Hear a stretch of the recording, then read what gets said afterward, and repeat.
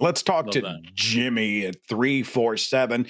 Jimmy's description says, dun, dun, dun, a man. Welcome, That's Jimmy. Thanks for calling. here we are again. Hello, how you doing? Do you hear me? All right, make Yeah, I can hear you. Hello? it good, Jimmy. Make Just- it good. What's Just on really your quick, mind? Jimmy, before we start, Jimmy, you do know that a man is not a pronoun, right? Yeah, I'm a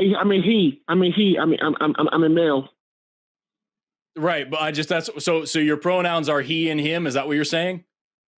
Yes. Okay, great. I don't know why that was so hard. You could have put that in the call screen, but now that we know he, him, we got that on the screen for you. Now go ahead. Calling from New York, Jimmy. What's on your mind? Yeah, I talked to you guys before last year, and I do learn a lot from you guys. But there's one thing I'm not sure about that you guys are not quite sure about. What about NDEs, like near-death experience, where people say they've seen Jesus, talk to Jesus? That you hear, you go on YouTube, you see atheists that they say that they met Jesus and Jesus showed them hell and stuff like that. What do you think about those stuff then? What I think is the near-death. Go ahead, Forrest. No, go ahead. Who was I to go ahead and answer the question first when Forrest Valkai is in the room? Well, No, what was I thinking? What was I thinking? Go ahead. No. I'm all a quiver. Sure, I'll kick it off. It was really good. I think the exact same thing as every other religious person from every other religion who has a near-death experience, and they see something that isn't Jesus. The Hindus who see Vishnu and Krishna and all these things, and the Muslims who see Allah, and all the other people who see all their other religions when they die. I think it's the exact same thing. It's what you want to see when you're in a traumatic experience and your brain is starving for oxygen. Now I will shut the fuck up. I'm sorry. That wasn't what I was trying to accomplish. With due respect, really good. Hello? Go ahead, Jimmy. Go ahead. Convince with due us. respect, you guys are laughing as this is like some sort of a joke, man. People take this very, very seriously, and they're actually scared to death. Like imagine you guys you're by yourself, you're not in a show. And don't you think about this stuff? Don't you think about eternity? It's like you're taking this for like laugh. This is not a joke. Heaven and hell, they are real places. Hang on, Jimmy.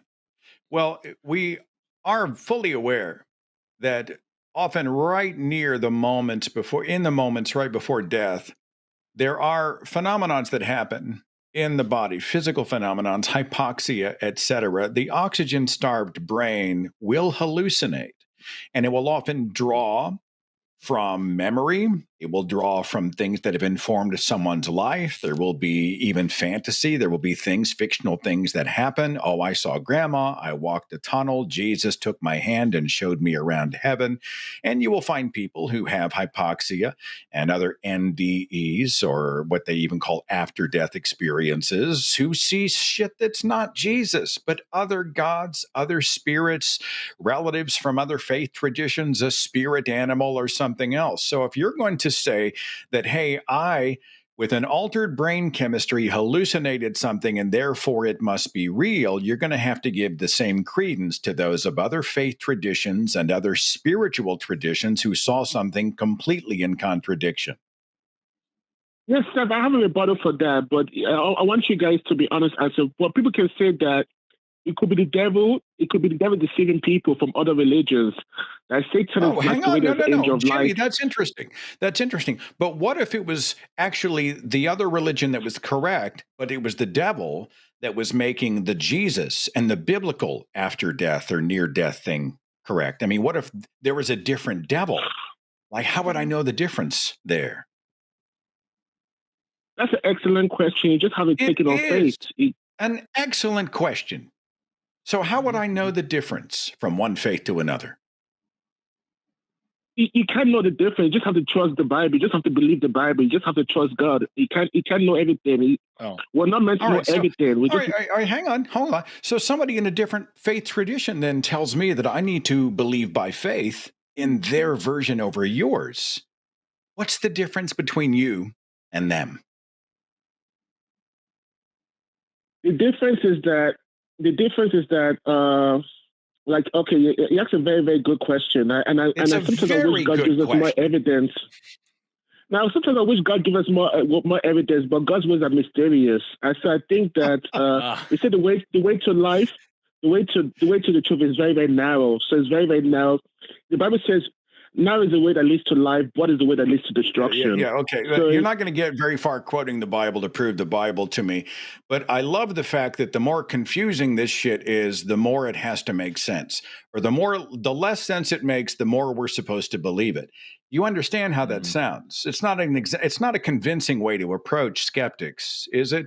The more wacky and unprovable it is, the more we should believe it. Okay, Seth, let me ask you this question. Let me flip it back on you. Seth, imagine you're not having your show. You're not with Forrest. You're not in your show. You're by yourself.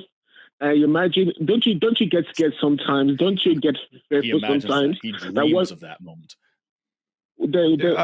Seth, imagine you by yourself. Don't you get scared sometimes that I might be leading people astray? I might be leading people down the wrong path. Aren't you afraid sometimes? It's like you're fearless. Why are you so fearless? How do you get this fearless? Okay, well, before I pass it over to Forrest, because I have monopolized the call so far, I understand that the idea of living in an unsure world that is often crazy and unfair, and knowing that I live a finite life and that death comes for us all. I understand the attraction of thinking I'll go on. And not only am I going to go on, but in the biblical model, there's going to be a place where there's no pain and suffering, and I'll get a mansion, and there'll be crowns and jewels, and there will be music, and it's going to be absolute, and I'll be reunited with all the people that I've lost. I understand the appeal of that, but this is us self-medicating over the fears of living a mortal life in an unsure world. It doesn't mean any of those things are true. So what do I wish?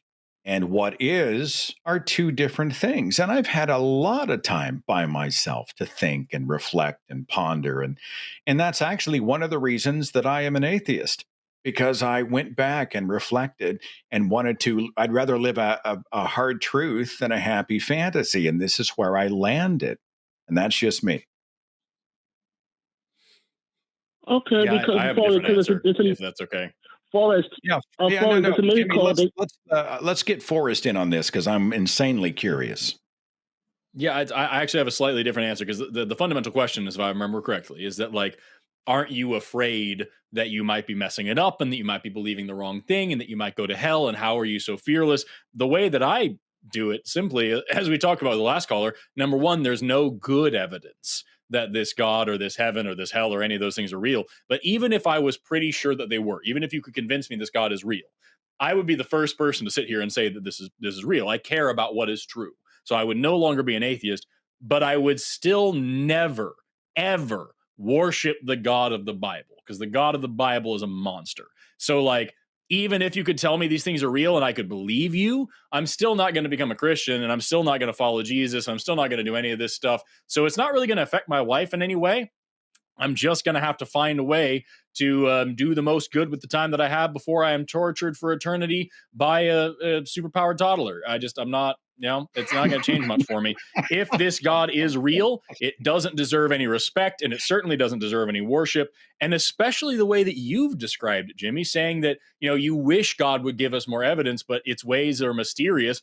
Well, shit, if this is the most important question in the entire universe, and this God can't even bother to, like, give us some decent ass evidence, and is going to leave it us to try to translate and interpret an Iron Age sex manual, and that's the best we've got, I can't take this God seriously. I don't respect it. And yes, I will continue to laugh, because that is as much respect and dignity as this discussion actually deserves.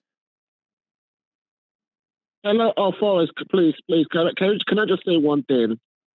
Like, please. Okay, but the people that have this NDE experience, they sound so very sincere about it. So I don't think they'll be lying to people, or they're making this thing up. It's something that they're still very, very sincere about. So, like,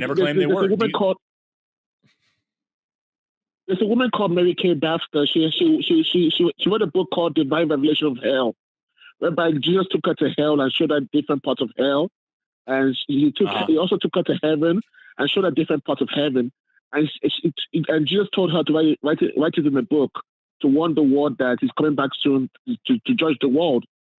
So if she's not authentic, why would she write a book and go about preaching, telling people about this stuff? If she's That's not, a great question. So let's go through it. Let's go through why. Let's talk about it. So let's think of a few reasons. All right. Reason number one is that actually happened. Okay. We'll say that's one possibility, right? What's possibility number two, Jimmy? Maybe it's that there's a massive market in this country, especially for evangelicals and people who want to believe that stuff or who already do believe that stuff. And they are going to spend a lot of money buying that book and going to her speeches and her book signings and her tours and all these things. And so she knew that if she wrote a book like that, she'd be real wealthy. Number three, third option, is that she's actually just insane and she actually had a mental break and she believes she saw this, but she didn't. And she's very sincere and is telling the truth, but that shit never happened. Option number four is that she took some powerful drugs. Maybe she's like a spiritual new age type person and she believed that she could connect to Jesus if she took enough LSD or mushrooms to do it. And so she took a bunch of drugs and she had this vision. And so she's very sincere and she's very sane, but she still wrote this crazy book that doesn't mean anything. And I can give a few more, but those are four big reasons why this person might have said that. One reason is that it actually is true. But I would say that is the least likely reason because we know for sure that the other three possibilities have happened before. I know for sure that people have actually lost their minds and believed they saw angels and demons and gods and devils and all sorts of things. I know for sure that people have taken drugs and believed they saw those things. And I know for sure that people have lied about religious experiences in order to get famous and rich. I know those things have happened. I don't know a single case where God has actually spoken to somebody and told them to write a weird book. So just based on probability, in my perspective, I would say I don't believe this person, no matter how sincere they are. Does that make sense to you, Jimmy? Yeah, but Forrest, yes. Well, this is a little caveat to it. Also, can the reason for okay, you guys say you don't believe in God, but can God be proven by Trump winning? Trump won the election, could that be a reason why God exists? Because Trump won the election? Could that be a good reason for God? That's a very stupid type of proof, if that is how this God chose to reveal himself, by putting a rapist, adulterer, racist idiot in office. That's a really stupid way for God to reveal himself, and it would back up my original point where I said that I don't respect this God and would never worship it. If this was part of God's plan, that kind of goes into there. I'm not respecting or worshiping a God that would support somebody who goes so thoroughly against the teachings of Jesus in every aspect of his life, and just leads the nation through greed, stupidity, and egomania.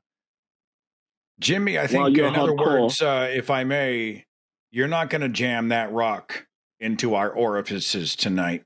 We just aren't going to allow it to happen. Who do you think you are, Gwyneth Paltrow? We do not give consent, Jimmy. So okay. I don't hear much else that's worth that's all that interesting here. I'll give you one more shot real fast, Jimmy.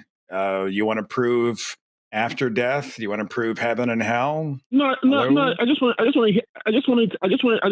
mean to offend you guys. That's not my intention. I'm learning from you guys. You didn't offend us. Yeah, I'm not offended. I just want to see your rebuttal to it, because you guys seem pretty sure and you guys seem pretty sure about what you're doing. So I just want to make sure that you guys seem pretty sure about, there's no God, and you guys are pretty certain about that. So that's I just want to know if you guys. I just want to clarify. I don't know that there's no God. I know there's no. I don't think there's a good reason to believe that there is such a thing as a God. I don't know. I think it's fair though, Forrest, to say we know the Christian God's bullshit. And we know a lot of theistic gods with a proper name. We can see the man-made origin of those. That's fair, isn't it? Yes, for sure. Absolutely. And I can also say for sure that the God of the Bible is an asshole. If the God of the Bible is real, fuck that dude. Like, I don't know, Jimmy, if you've read your Bible, but the God of the Bible is an absolute, like, irredeemable monster that deserves absolutely no worship in any way. So, like, That I can say for sure. Whether any God ever exists, I don't know, but I'm not a fan of it if it claims to be omnipotent and omniscient and all those things. I'm absolutely not a fan. No gods, no masters, Jimmy, is my motto. Oh, I wish you the best. Okay, so far you're setting my body. I wish you guys the best.